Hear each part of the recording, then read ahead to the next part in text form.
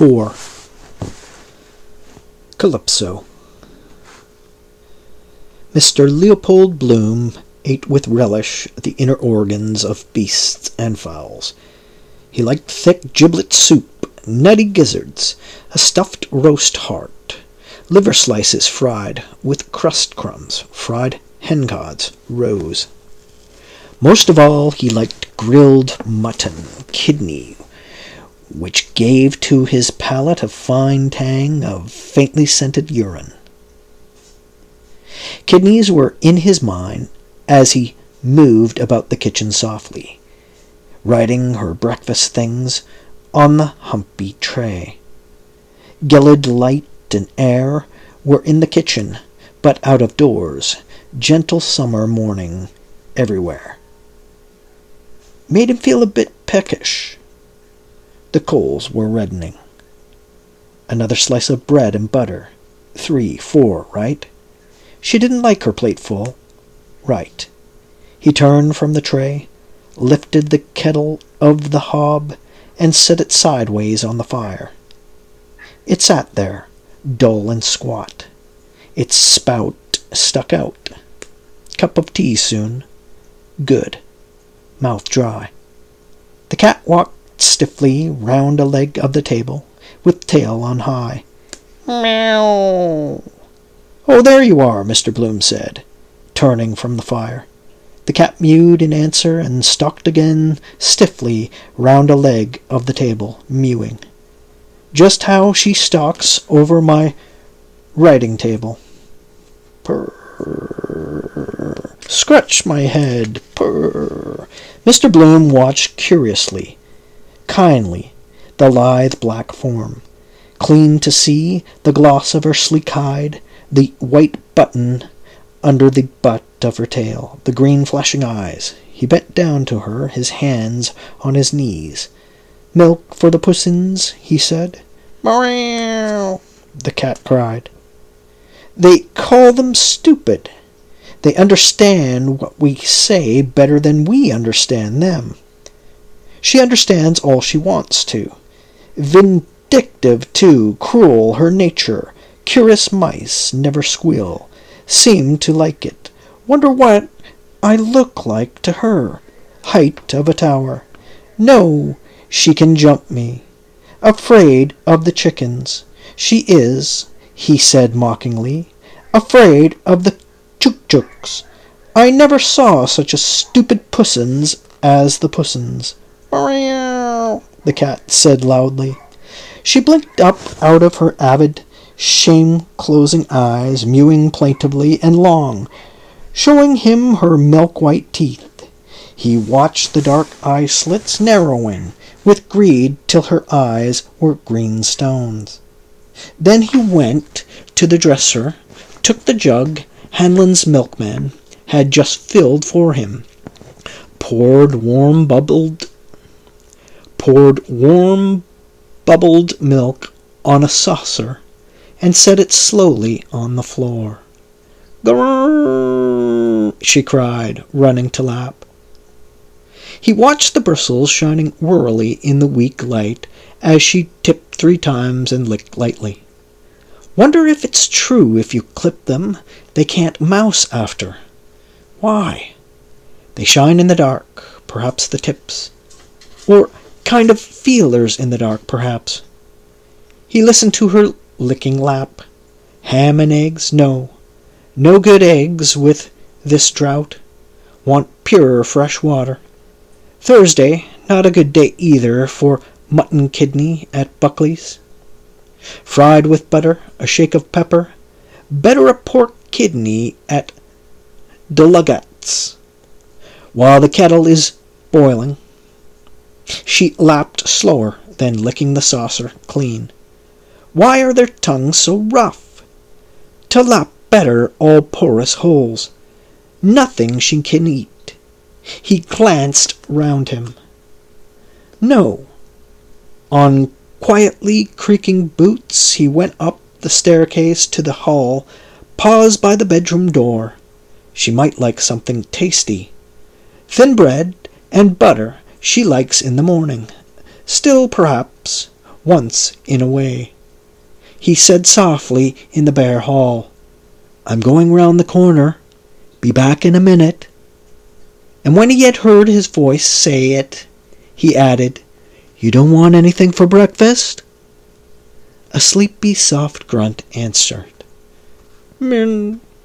No, she didn't want anything. He heard then a warm, heavy sigh, softer as she turned over, and the loose brass quoits of the bedstead jingled. Must get those settled, really. Pity, all the way from Gibraltar. Forgotten any little Spanish she knew. Wonder what her father gave for it. Old style, ah yes, of course. Bought it at the governor's auction. Got a short knock, hard as nails, at a bargain, old Tweedy. Yes, sir, at Plevna, that was. I rose from the ranks, sir, and I'm proud of it. Still, he had brains enough to make that corner in stamps. Now that was far-seeing. His hand took his hat from the peg over his initialed heavy overcoat, and his lost property office second-hand waterproof. Stamps, sticky-back pictures. Dare say lots of officers are in the swim too. Course they do. The sweated legend in the crown of his hat told him mutely. Plasto's high-grade ha. He peeped quickly inside the leather headband. White slip of paper, quite safe. On the doorstep, he felt in his hip pocket for the latchkey. Not there, in the trousers I left off. Must get it. Potato I have. Creaky wardrobe. No use disturbing her. She turned over sleepily that time. He pulled the hall door to after him, very quiet. More till the footleaf dropped gently over the threshold. A limp lid. Looked shut. All right, till I come back anyhow. He crossed to the bright side, avoiding the loose cellar flap of number 75. The sun was nearing the steeple of George's church. Be a warm day, I fancy. Especially in these black clothes. Feel it more. Black conducts refracts. Is it? The heat?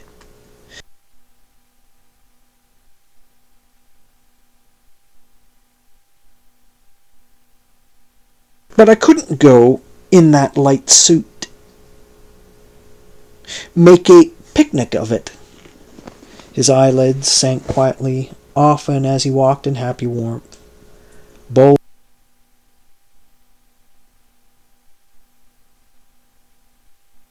bread van delivering with trays our daily, but she prefers yesterday's loaves, turnovers crisp, crowns hot, make you feel young.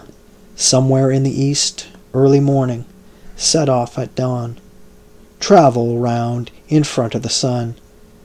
Steal a day's march on him. Keep it up for ever, never grow a day older technically. Walk along a strand, strange land. Come to a city gate. Sentry there, old ranker too.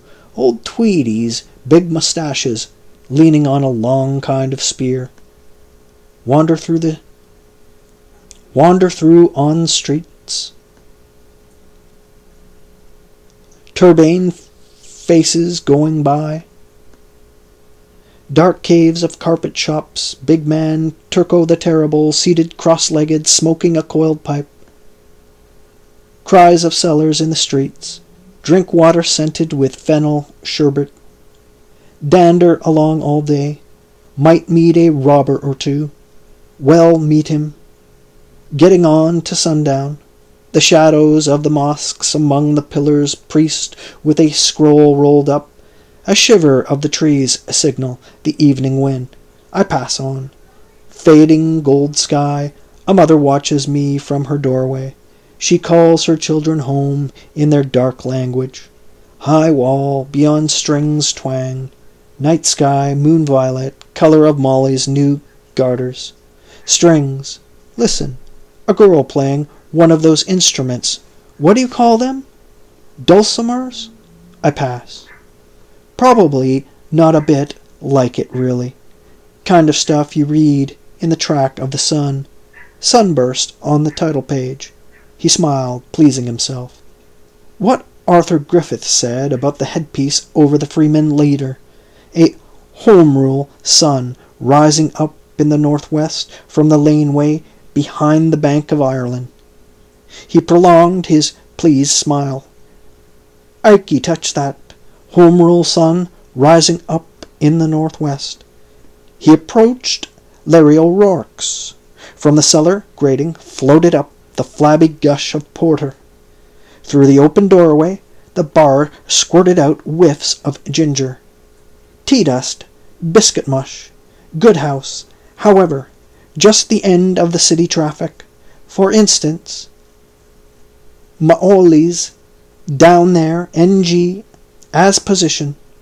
Of course, if they ran a tram line along the North Circular from the cattle market to the quay, his value would go up like a shot.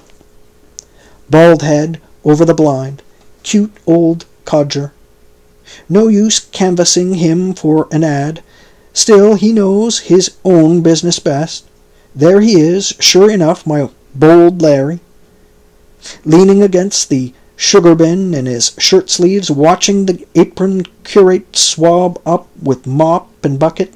Simon Dedalus takes him off to a tee with his eyes screwed up. Do you know what I'm going to tell you? What's that, Mr. O'Rourke? Do you know what? The Russians, they'd only been an 8 o'clock breakfast for the Japanese. Stop and say a word about the funeral, perhaps. Sad thing about poor Dingham, Mr. O'Rourke. Turning into Dorset Street, he said freshly in greeting. Through the doorway. Good day, Mr. O'Rourke. Good day to you. Lovely weather, sir. 'Tis all that. Where do they get the money? Coming up, red-headed curates from the country latrine, rinsing empties and old men in the cellar.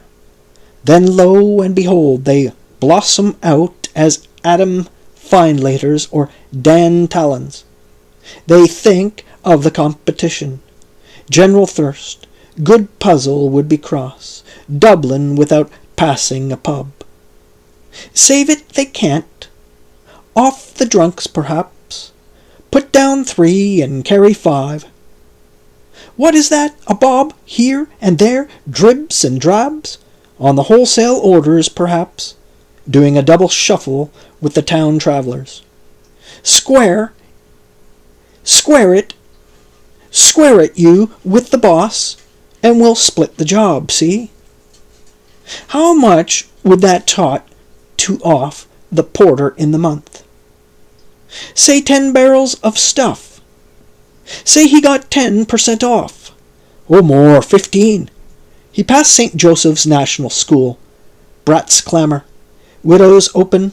Fresh air helps memory. Or a lilt. BZ, Diffagee, Keldoman, OPQ, Rusty UV, W. Boys, are they? Yes.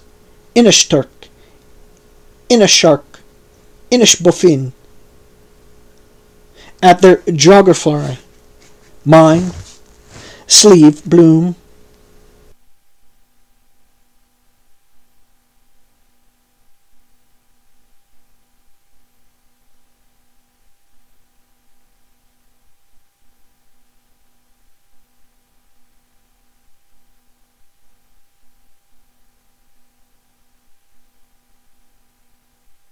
He halted before de Lagat's window, staring at the hawks of sausages, Polonies, black and white, 15 multiplied by. The figures whitened in his mind, unsolved, displeased. He let them fade. The shiny links, packed with force meat, fed his gaze, and he breathed in tranquillity. the lukewarm breath of cooked spicy pig's blood. A kidney oozed blood-outs on the willow-patterned dish, the last. He stood by the next-door girl at the counter. Why, she bought it too, calling the items from the slip in her hand. CHAP washing soda, and 1.5 pounds of Denny's sausages. His eyes rested on the vigorous hips. Woods his name is. Wonder what he does. Wife is oldish, new blood. No followers allowed. Strong pairs of arms, whacking a carpet on the clothesline. She does whack it, by George, the way her crooked skirt swings at each whack. The ferreted pork butcher folded the sausages he had snipped off with blotchy fingers, sausage pink. Sound meat there, like a stuffed heifer. He took a page up from the pile of cut sheets, the model farm at Kinnereth on the lake shore of Tiberias. Can become ideal winter, sanatorium, Moses, Montefiore. I thought he was. Farmhouse, wall round it, blurred cattle cropping. He held the page from him. Interesting. Read it nearer. The title. The blurred cropping cattle. The page rustling. A young white heifer. Those mornings in the cattle market, the beast, lowing in their pens, branded sheep, flop and fall of dung, the breeders in hobnailed boots, trudging through the litter, slapping a palm on the ripe-meated hindquarter. There's a prime one, unpeeled switches in their hand.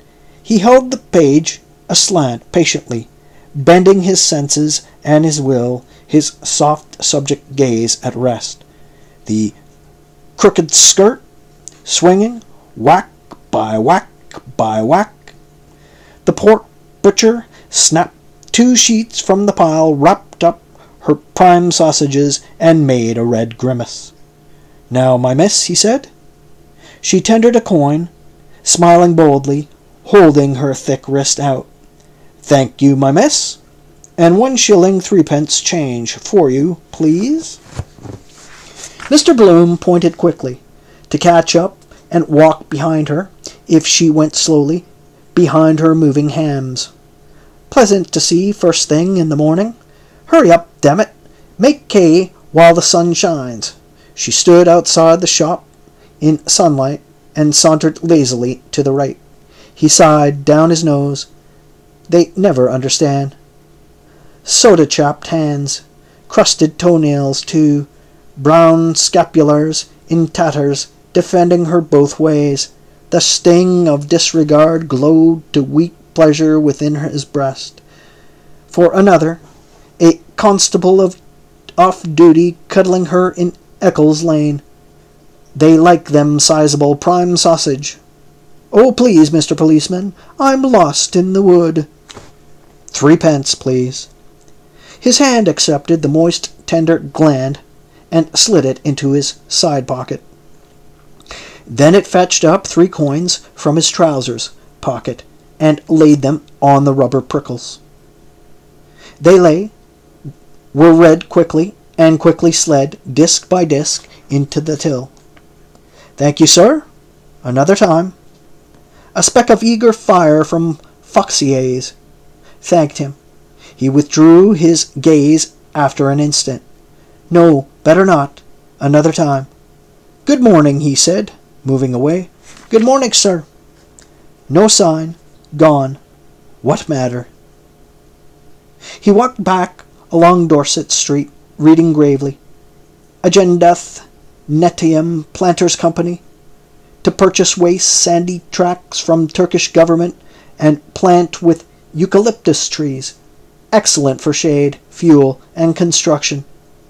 Orange groves and immense melon fields north of Jaffa. You pay 80 marks and they plant a dunam of land for you with olives, oranges, almonds, or citrons. Olives cheaper. Oranges need artificial irrigation, Every year you get a sending of the crop. Your name entered for life as owner in the book of the Union. Can pay 10 down and the balance in yearly installments. Blieb, Trurastrasse, 34 Berlin, W15. Nothing doing, still an idea behind it. He looked at the cattle, blurred in silver heat, silver powdered olive trees. Quiet long days, pruning, ripening, olives are packed in jars, eh? I have a few left from Andrew's. Molly spitting them out, knows the taste of them now. Oranges in tissue paper, packed in crates. Citrons, too. Wonder, is poor Citron still in St. Kevin's parade? And Mastiansky with the old cider. Pleasant evenings we had then. Molly in Citron's basket chair. Nice to hold cool waxen fruit, hold in the hand, lift it to the nostrils, and smell the perfume. Like that, heavy, sweet, wild perfume. Always the same year after year. They fetched high prices, too, Moisel told me. Arbutus Place. Pleasant Street. Pleasant old times. Must be without a flaw, he said. Coming all that way. Spain, Gibraltar, Mediterranean, the Levant. Crates lined up on the quayside at Jaffa. CHAP ticking them off in a book. Navies handling them barefoot in soiled denegrees.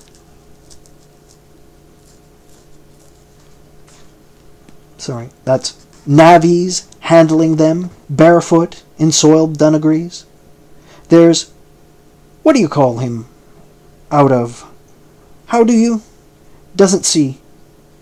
Chap, you know, just to salute bit of a bore. His back is like the Norwegian captain's. Wonder if I'll meet him today. Watering cart to provoke the rain. On earth as it is in heaven. A cloud began to cover the sun slowly. Holy, grey, far. No, not like that.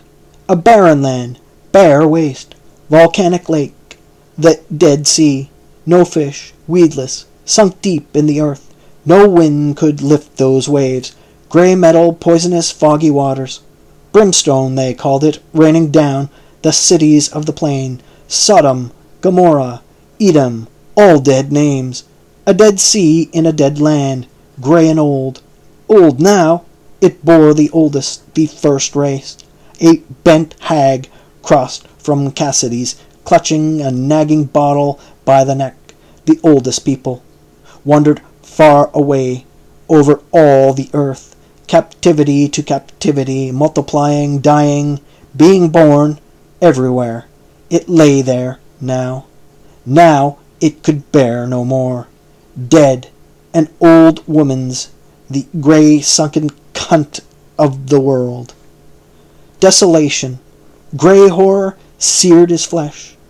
Folding the page into his pocket, he turned into Eccles Street, hurrying homeward.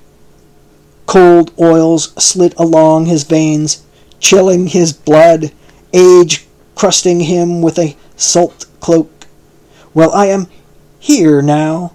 Yes, I am here now. Morning mouth, bad images. Got up wrong side of the bed. Must begin again those Sandoz exercises. On the hands, down, blotchy, brown brick houses. Number 80 still unlet. Why is that? Valuation is only 28. Towers, Battersby, North, MacArthur, parlour windows, plastered with bills. Plasters on a sore eye, to smell the gentle smoke of tea, fume of the pan, sizzling butter, be near her ample bed-warm flesh. Yes, yes. Quick warm sunlight came running from Berkeley Road, swiftly in slim sandals, along the brightened footpath. She runs to meet me, a girl with gold hair, on the wind. 2 letters and a card lay on the half-floor. He stooped and gathered them. Mrs. Marion Bloom. His quickened heart slowed at once. Bold hand, Mrs. Marion. Poldy! Entering the bedroom, he half closed his eyes and walked through warm yellow twilight towards her tousled head. Who are the letters for? He looked at them. Mullinger. Millie. A letter for me from Millie, he said carefully, and card to you. And a letter for you. He laid her card and letter on the twill bedspread near the curve of her knees. Do you want to blind up? Letting the blind up by gentle tugs halfway, his backward eye saw her glance at the letter and tuck it under her pillow. That do? He asked, turning. She was reading the card, propped on her elbow. She got the things, she said. He waited till he had laid the card aside. He waited till she had laid the card aside and curled herself back slowly with a snug sigh. Hurry up with that tea, she said. I'm parched. The kettle is boiling, he said. But he delayed to clear the chair. Her stripped petticoat tossed soiled linen and lifted all in an armful on the foot of the bed. As he went down the kitchen stairs, she called, Poldy! What? Scald the teapot?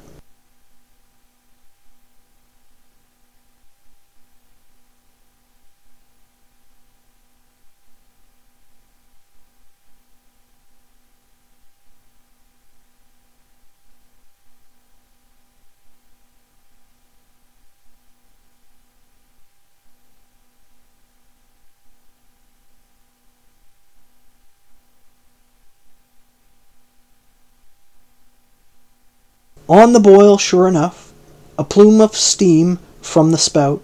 He scalded and rinsed out the teapot and put in 4 full spoons of tea, tilting the kettle, then to let the water flow in.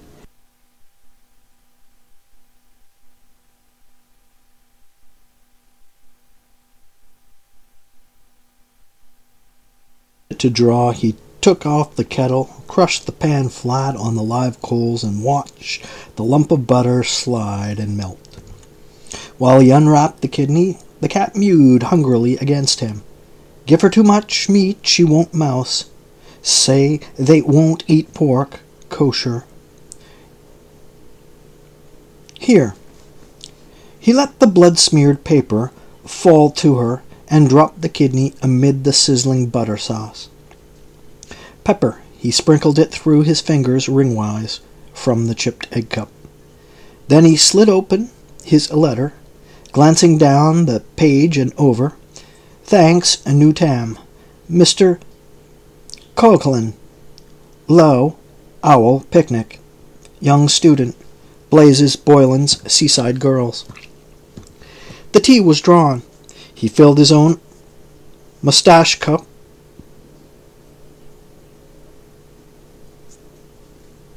Sham, Crown, Derby, smiling. Silly Millie's birthday gift. Only 5 she was then. No, wait, 4. I gave her the amberoid necklace she broke, putting pieces of folded brown paper in the letterbox for her. He smiled, pouring. Oh, Millie Bloom, you are my darling. You are my looking-glass from night to morning.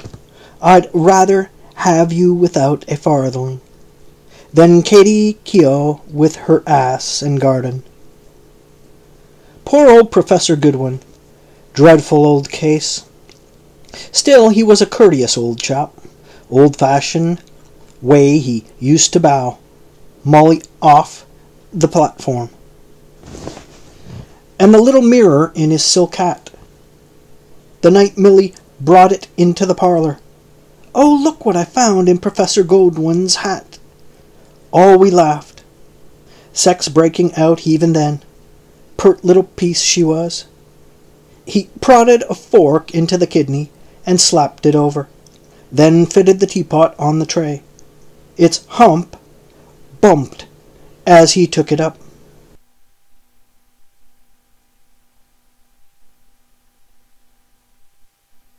On it, bread and butter, 4, sugar, spoon, her cream. Yes. He carried it upstairs, his thumb hooked in the teapot handle. Nudging the door open with his knee, he carried the tray in and set it on the chair by the bedhead. "What a time you were," she said. Jingling. She set the brasses jingling as she raised herself briskly, an elbow on the pillow. He looked calmly down on her bulk and between her large, soft bubs, slopping with her nightdress like a she-goat's udder. The warmth of her couch body rose on the air, mingling with the fragrance of the tea she poured. A strip of torn envelope peeped from under the dimpled pillow. In the act of going, he stayed to straighten the bedspread. "Who was the letter from?" he asked. "Bold hand. Marion." "O'Boylan," she said. "He's bringing the program." "What are you singing?" "La Cid Dedham with J.C. Doyle," she said, "and Love's Old Sweet Song." Her full lips, drinking, smiled. Rather stale smell that incense leaves next day, like foul flower water. "Would you like the window open a little?" She doubled a slice of bread into her mouth, asking, "What time is the funeral?"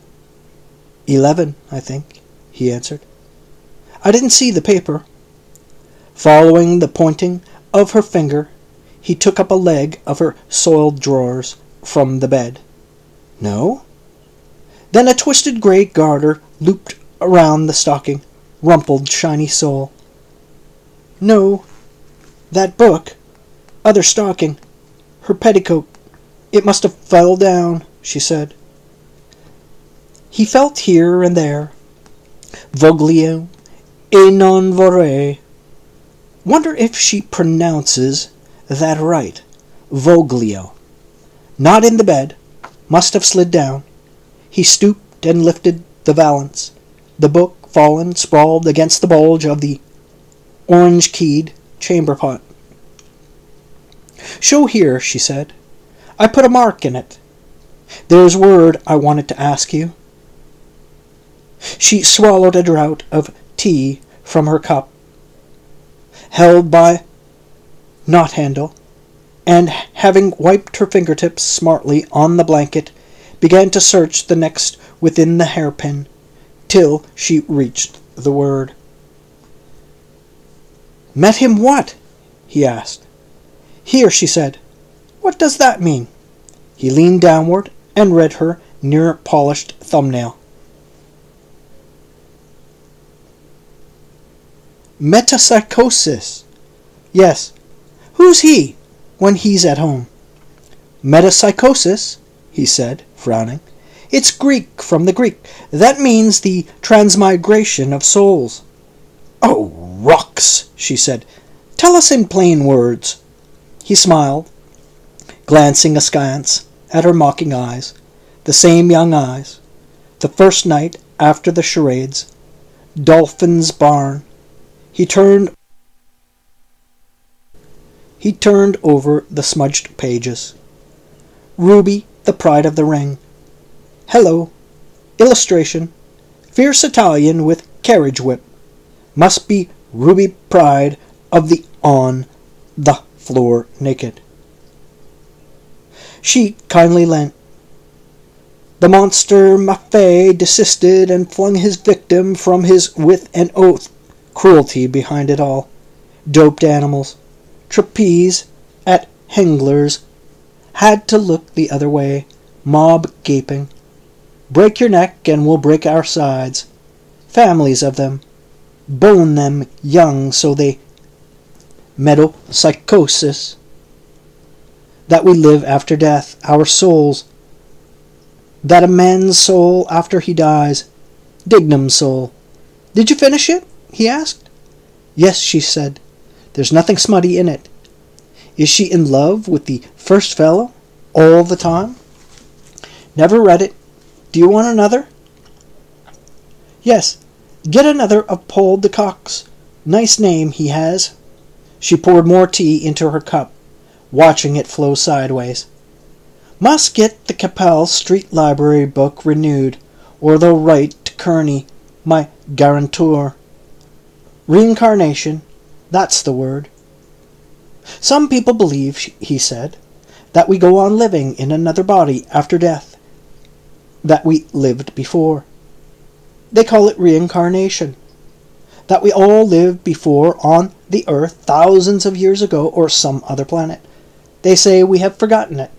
Some say they remember their past lives.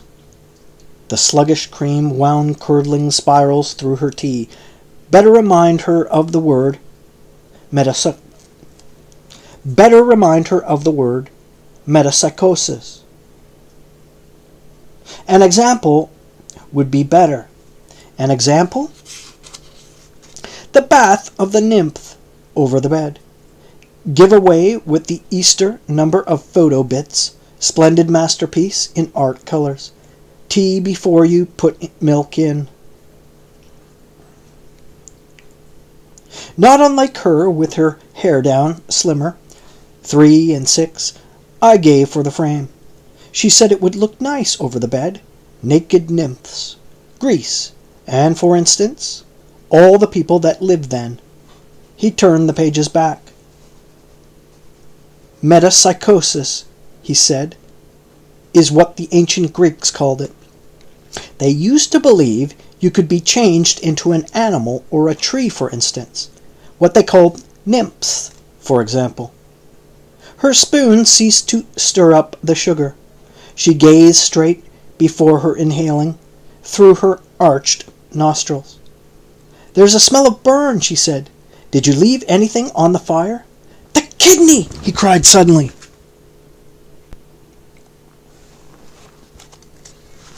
He fitted the book roughly into the inner pocket and, stubbing his toes against the broken commode, hurried out towards the smell, stepping hastily down the stairs with a flurried stork's legs. Pungent smoke shot up in the angry jet from the side of the pan. By prodding a prong of the fork under the kidney, he detached it and turned it turtle on its back, only a little burnt. He tossed it off the pan, onto the plate, and let the scanty brown gravy trickle over it. Cup of tea now. He sat down, cut the buttered slice of the loaf. He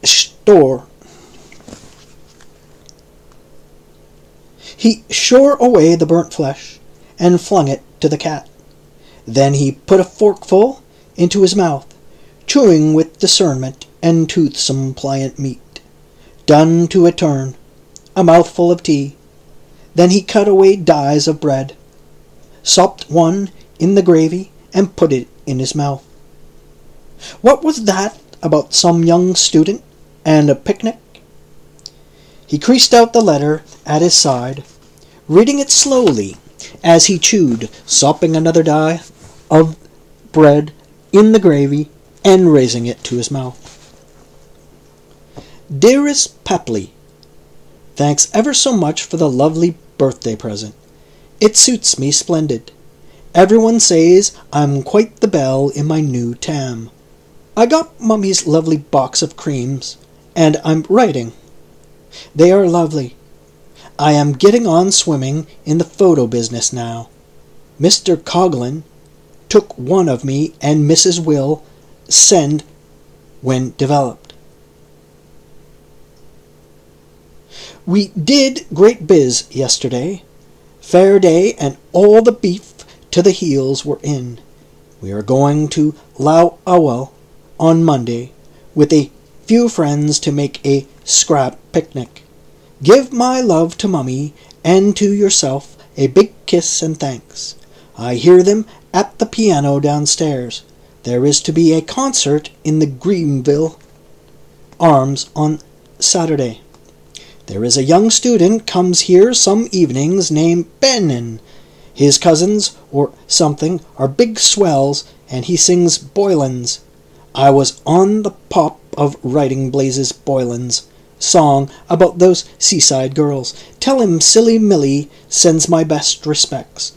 I must now close with fondest love. Your fond daughter, Millie. P.S. Excuse bad writing. Am in a hurry. Bye-bye. M. 15 yesterday. Curious. 15 of the month, too. Her first birthday away from home. Separation. Remember the summer morning she was born? Running to knock up Mrs. Thornton in Denzell Street. Jolly old woman. Lot of babies she must have helped into the world. She knew from the first poor little Rudy wouldn't live. Well, God is good, sir. She knew at once. He would be 11 now if he had lived. His vacant face stared pityingly at the postscript. Excuse bad writing. Hurry. Piano downstairs. Coming out of her shell. Row with her in the XL Cafe about the bracelet. Wouldn't eat her cakes or speak or look. Sauce book. He sopped other dies of bread in the gravy and ate piece after piece of the kidney. 12 and 6 a week. Not much. Still, she might do worse. Music hall stage. Young student. He drank a draught of cooler tea to wash down his meal. Then he read the letter again, twice. Oh well, she knows how to mind herself. But if not... No, nothing has happened. Of course it might. Wait, in any case, till it does. A wild piece of goods. Her slim legs running up the staircase. Destiny, ripening now. Vain, very. He smiled with troubled affection at the kitchen window. Day, I caught her in the street, pinching her cheeks to make them red. Anemic a little. Was given milk too long.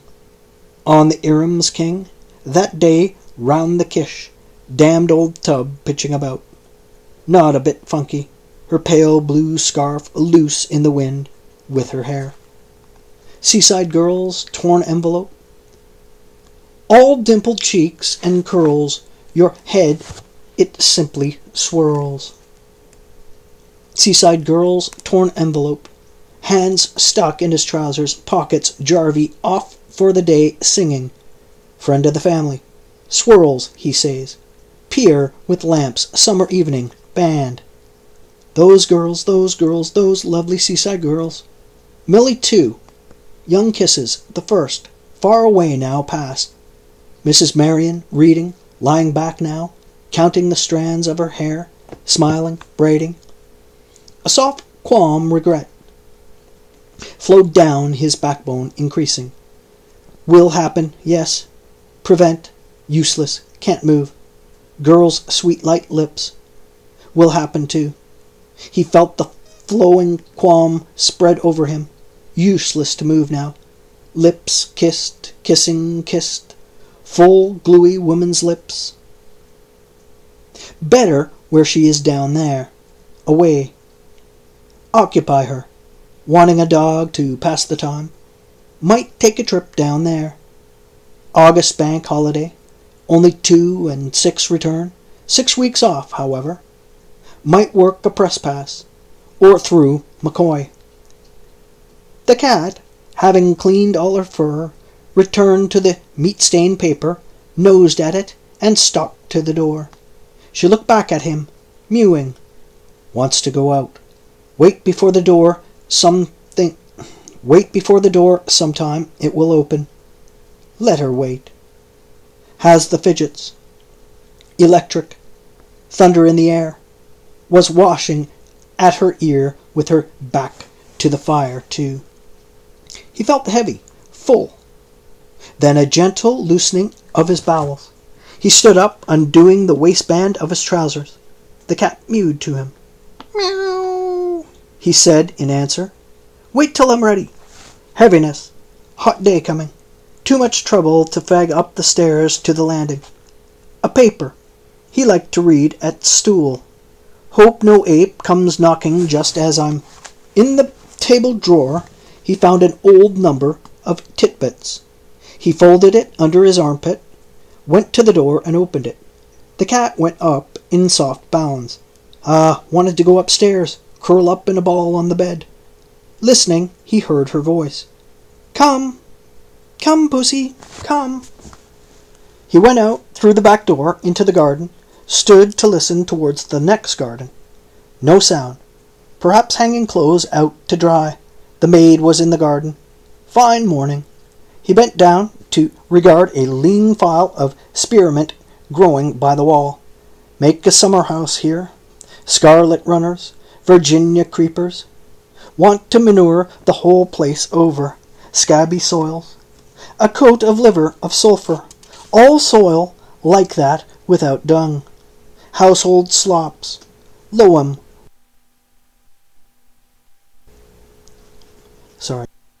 Old slops. Loam. What is this that is? The hens in the next garden, their droppings are very good top dressing. Best of all, though, are the cattle, especially when they are fed on those oil cakes, mulch of dung.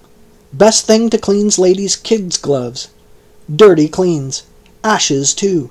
Reclaim the whole place. Grow peas in the corner there. Lettuce. Always have fresh greens then. Still, gardens have their drawbacks. That bee or blue bottle here. Whit Monday. He walked on. Where is my hat, by the way? Must have put it back on the peg. Or hanging up on the floor. Funny, I don't remember that. Hall stand too full. 4 umbrellas, her rain cloak. Picking up the letters. Drago's shop bell ringing. Queer, I was just thinking that moment. Brown, brilliant-tained hair over his collar. Just had a wash and brush up. Wonder, have I time for a bath this morning? Terrace Street. CHAP in the pay box. They're got away. James Stevens, they say. O'Brien. Deep voice, that fellow. The Lugats has. Agendath. What is it? Now, my miss. Enthusiasts. He kicked open the crazy door of the Jakes. Better be careful not to get these trousers dirty for the funeral. He went in, bowing his head under the low lintel, leaving the door ajar. Amid the stench of mouldy lime wash and stale cobwebs, he undid his braces. Before sitting down, he peered through a chink up at the next door windows. The king was in his counting-house. Nobody. A squad on the cuck-stool, he folded out his paper, turning its pages over on his bared knees. Something new and easy. No great hurry. Keep it a bit. Our prize tidbit. Matcham's masterstroke. Written by Mr. Philip Boyfroy. Playgoers. Club. London. Payment at the rate of 1 guinea a column has been made to the writer. 3.5. £3 3. £3 13 and 6. Quietly he read, restraining himself the first column and yielding but resisting. Began the second. Midway his last resistance yielding, he allowed his bowels to ease themselves quietly as he read, reading still patiently, that slight constipation of yesterday quite gone. Hope it's not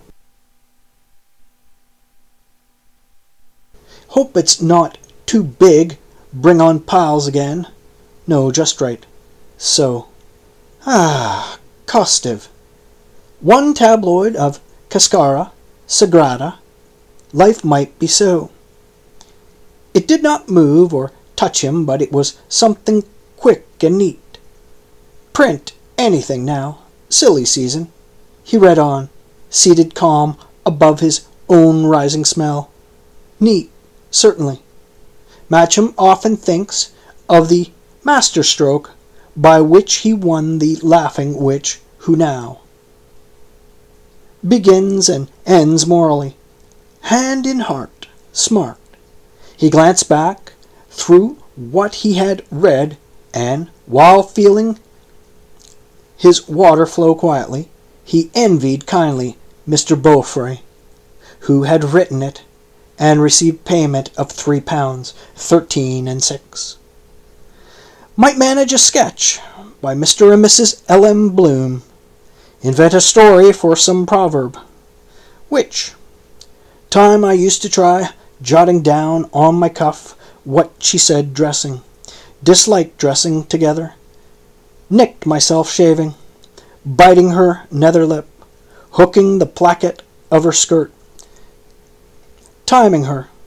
9:15. Did Roberts pay you yet? 9:20. What had Greta Conroy on? 9:23. What possessed me to buy this comb? 9:24. I'm swelled after that cabbage, a speck of dust on the patent leather of her boot, rubbing smartly, in turn, each welt against her stockinged calf. Morning after the bazaar dance, when May's band played Ponchielli's Dance of the Hours. Explain that. Morning hours, noon, and evening coming on, then night hours. Washing her teeth. That was the first night. Her head dancing. Her fan sticks clicking. Is that Boylan well off? He has money. Why? I noticed he had a good rich smell off his breath dancing. No use humming then. Allude to it. Strange kind of music that last night. The mirror was in shadow. She rubbed her hand glass briskly on her woolen vest against her full wagging bub. Peering into it, lines in her eyes, it wouldn't pan out somehow. Evening hours, girls in grey gauze, night hours then, black with daggers and eye masks, poetical idea, pink, then golden, then grey, then black, still true to life also, day, then the night. He tore away half the prize story sharply and wiped himself with it. Then he girded up his trousers, braced and buttoned himself. He pulled back the jerky, shaky door of the jakes and came forth from the gloom into the air. In the bright light, lightened and cooled in limb, he eyed carefully his black trousers, the ends, the knees, the hose of the knees. What time is the funeral? Better find out in the paper. A creak and the dark whir in the air, high up. The bells of George's church. They tolled the hour, loud and dark. Hey-om, hey-om, hey-om, hey-om, hey-om, hey-om. 2:45. There again, the overtone flowing through the air. A third. Poor Dignam.